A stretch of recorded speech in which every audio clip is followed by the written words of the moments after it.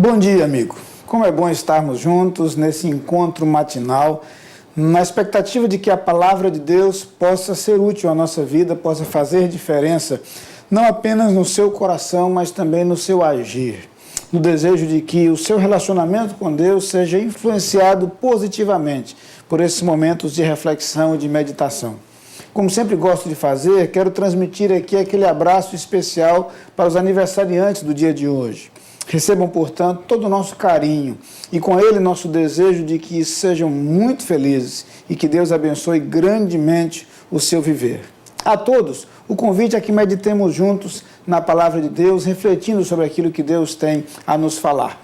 Aproveito para convidá-lo para a próxima sexta-feira, nosso encontro de casais, uma excelente palestra para casais e você é nosso convidado.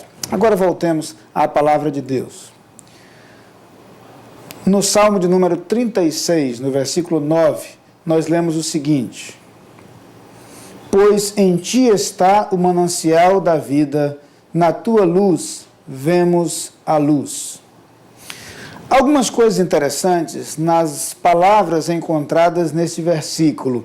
Aqui o salmista se dirige a Deus e faz uma referência a duas coisas frequentemente encontradas nas Escrituras. Uma referência à vida e uma referência à luz. Encontramos estas palavras em alguns textos do Antigo Testamento, mais especificamente naquelas promessas voltadas para o Novo Testamento. O que nós descobrimos, na verdade, é que luz e vida refletem e reúnem o agir de Deus em relação ao homem. Por exemplo, no livro do Gênesis, lá no início, no primeiro capítulo, nos primeiros versículos, encontramos a ideia de que, ao criar o mundo, Deus estabeleceu a luz. E disse Deus, haja luz, e houve luz. No decorrer do tempo, nós temos o conceito de luz sendo aperfeiçoado e algumas vezes começa a aparecer nas páginas das Escrituras como uma referência à luz espiritual. E aí começa a haver a ideia de que o pecado traz trevas e escuridão ao nosso viver. Por isso, quando encontramos algumas promessas em relação ao que aconteceria no Novo Testamento, esse conceito de luz acaba aparecendo. Por exemplo, em Isaías 9, no versículo 2, a promessa é a seguinte: o povo que andava em trevas viu uma grande luz, e aos que habitavam na região da sombra da morte resplandeceu a luz.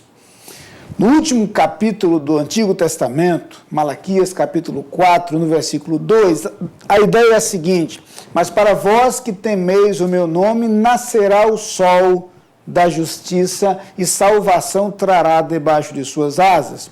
Portanto, quando a Bíblia aponta para o projeto e para o plano de Deus para o homem, vida e luz são dois conceitos que caminham lado a lado.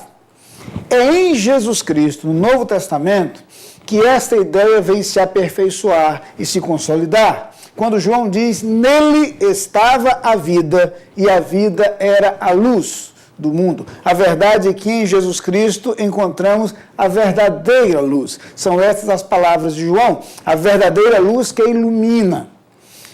Percebe então que a promessa encontrada no livro do profeta Isaías refere-se justamente a Jesus Cristo.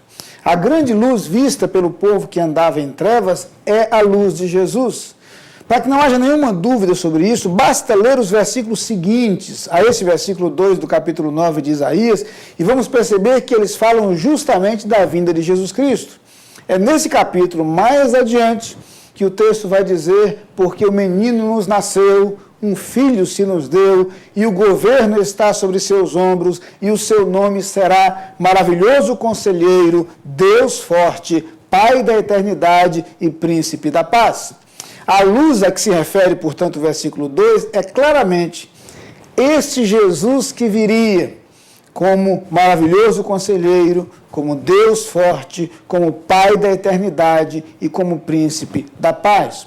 O que nós descobrimos, portanto, é que mesmo nesse salmo, mesmo num contexto da antiguidade, séculos antes do nascimento de Jesus, o salmista já falava do projeto de Deus de nos proporcionar vida, de nos proporcionar luz.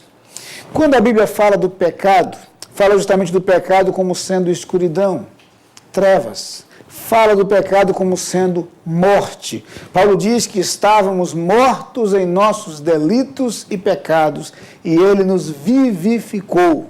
Ele nos concedeu vida a partir do perdão dos nossos pecados. A mensagem, portanto, encontrada nas Sagradas Escrituras, seja do Antigo ao Novo Testamento, seja do Gênesis ao Apocalipse, ao longo de todos os livros da Bíblia, é basicamente a mensagem de que Deus enviaria Jesus, seu Filho, para nos proporcionar a remissão dos nossos pecados, para trazer vida aos que estavam mortos em seus delitos e pecados, para trazer luz ao povo que andava em trevas. É, portanto, nas palavras desse salmo, lidas inicialmente, que encontramos uma referência clara àquilo que Jesus Cristo viria proporcionar. Um dia, Jesus nasceu. Ao nascer, veio ao mundo para trazer vida.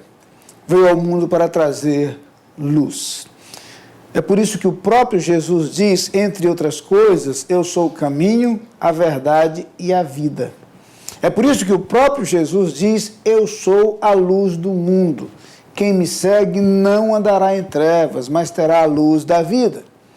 A verdade é que em Jesus Cristo encontramos a luz que dissipa a escuridão e as trevas do nosso pecado. Em Jesus Cristo encontramos a vida e a vida plena que só Ele pode proporcionar. Lembra-se do que Ele disse?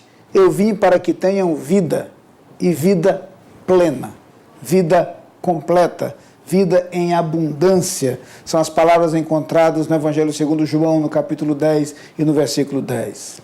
Mas somente quando nós conhecemos a Cristo, nós vemos a sua luz e nós experimentamos a vida que Ele pode proporcionar. Por isso, eu quero convidá-lo a orarmos juntos, numa oração de gratidão, mas de busca da vida que há em Jesus. Vamos orar? Pai querido, muito obrigado pela singeleza da Tua palavra, pela sua clareza. Muito obrigado porque em toda a Bíblia nós encontramos uma indicação clara de que Jesus Cristo, Teu Filho, veio ao mundo para nos proporcionar luz, quando estávamos envolvidos pelas trevas do pecado. Veio ao mundo para nos trazer vida, quando estávamos envolvidos pelo pecado que nos condena e nos condena à morte eterna. Muito obrigado porque em Jesus há luz e a vida. E eu te peço que cada um daqueles que nos assistem nesse instante conheçam a Jesus e o que Ele pode proporcionar. Amém.